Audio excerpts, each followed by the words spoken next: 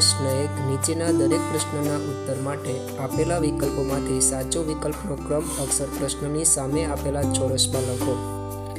1. ધરતીની શોભા કોનાથી વધે છે? ક. તળાવોથી, ખ. વૃક્ષોથી, ગ. ધનધાન્યથી, ઘ. વત્સલ્ય રાજાથી. જવાબ ઘ. વૃક્ષોથી. 2.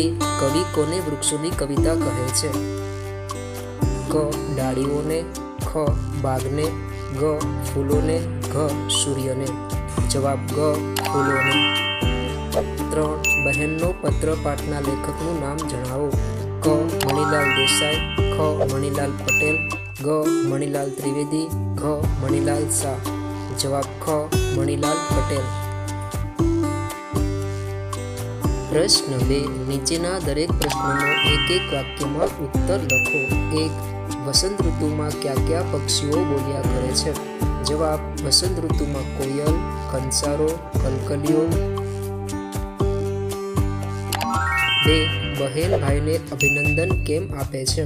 જવાબ બહેન ભાઈને અભિનંદન આપે છે કારણ કે ભાઈએ ગુજરાતી માધ્યમમાં જ ભણવાનું નક્કી કરીને 11મા ધોરણમાં સાયન્સ પ્રવાહમાં પ્રવેશ લીધો છે. 3. અનન્યાએ વૃક્ષોને ધરતીની શોભા કેમ કહ્યા છે? જવાબ અનન્યાએ વૃક્ષોને ધરતીની શોભા કહ્યા છે કારણ કે વૃક્ષો છે તો આપણું જીવન ભર્યું ભર્યું લાગે છે. 4. રવિન્દ્રનાથ ટાગોર માતૃભાષાનો મહિમા જણાવતા શું કહે છે? જવાબ રવિન્દ્રનાથ ટાગોર માતૃભાષાનો મહિમા જણાવતા કહે છે કે માતૃભાષા તો માતાનું ધાવણ છે અને બાળકને માનું દૂધ જ વધારે વિકસાવે છે, મજબૂત બનાવે છે.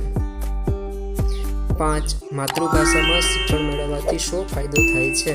જવાબ માતૃભાષામાં શિક્ષણ મેળવવાથી આપણે કલ્પના શક્તિ અને તર્ક શક્તિ વધુ ખીલે છે.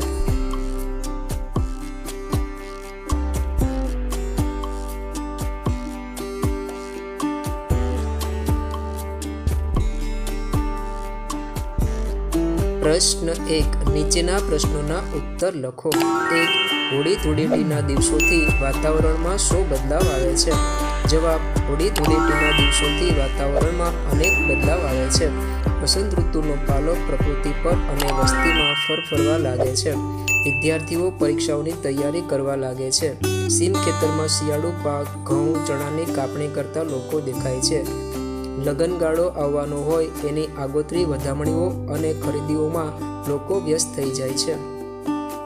2. અનન્યાને વસંત ઋતુ કેમ ગમે છે?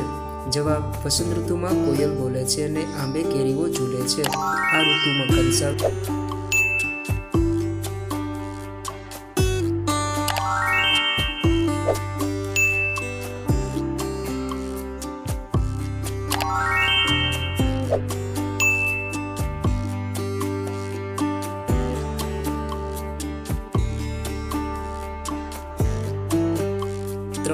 બારીએ વાંચવા બેસે ત્યારે બહેન શું અનુભવે છે? જવાબ બહેન બારીએ વાંચવા બેસે ત્યારે 4.